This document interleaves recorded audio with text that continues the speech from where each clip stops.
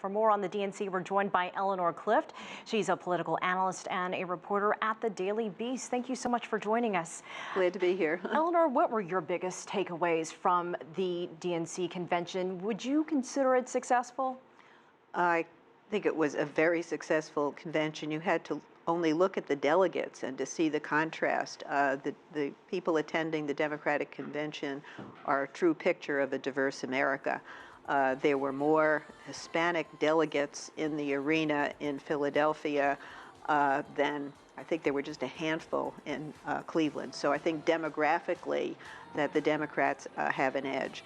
And they strategically tried to address Hillary Clinton's problems one by one. She's got to be seen as strong enough to be commander-in-chief to lead the most powerful military in the world.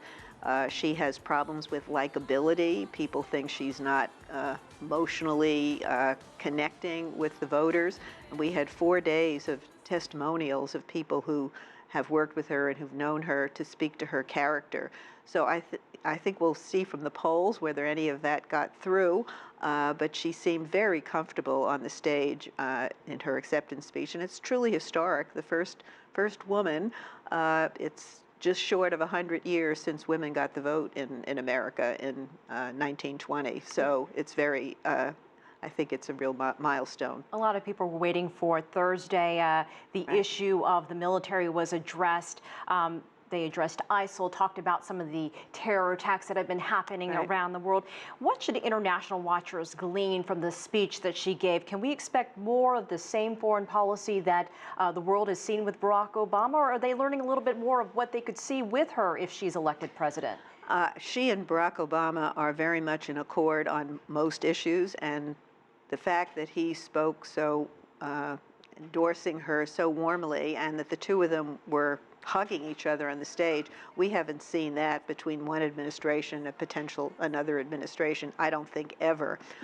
Hillary Clinton does have a reputation of being a little more aggressive, a little more perhaps willing to use force than President Obama.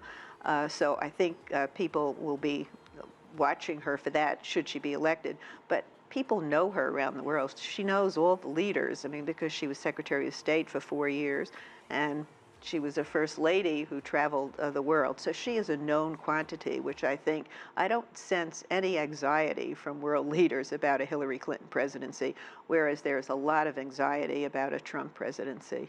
100 days to go until the U.S. election. We have about 30 seconds left. What can we expect between now and then? The debates will be key. There are 3 debates. They get underway in late September and into October, and that's when the 2 candidates will really directly engage.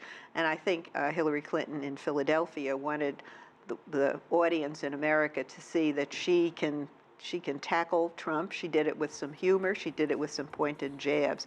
And I think we will see these 2 candidates really battle it out in a number of key states that will decide the election. And those key states tend to be what we call the Rust Belt, and white working class Americans who have felt the brunt of the negative side of globalization and trade policies are kind of the swing voters that Donald Trump needs to get every last one of them, and Hillary Clinton needs to peel away some of those people. All right, Eleanor Clift of the Daily Beast, thank you so much for your time. Thank you.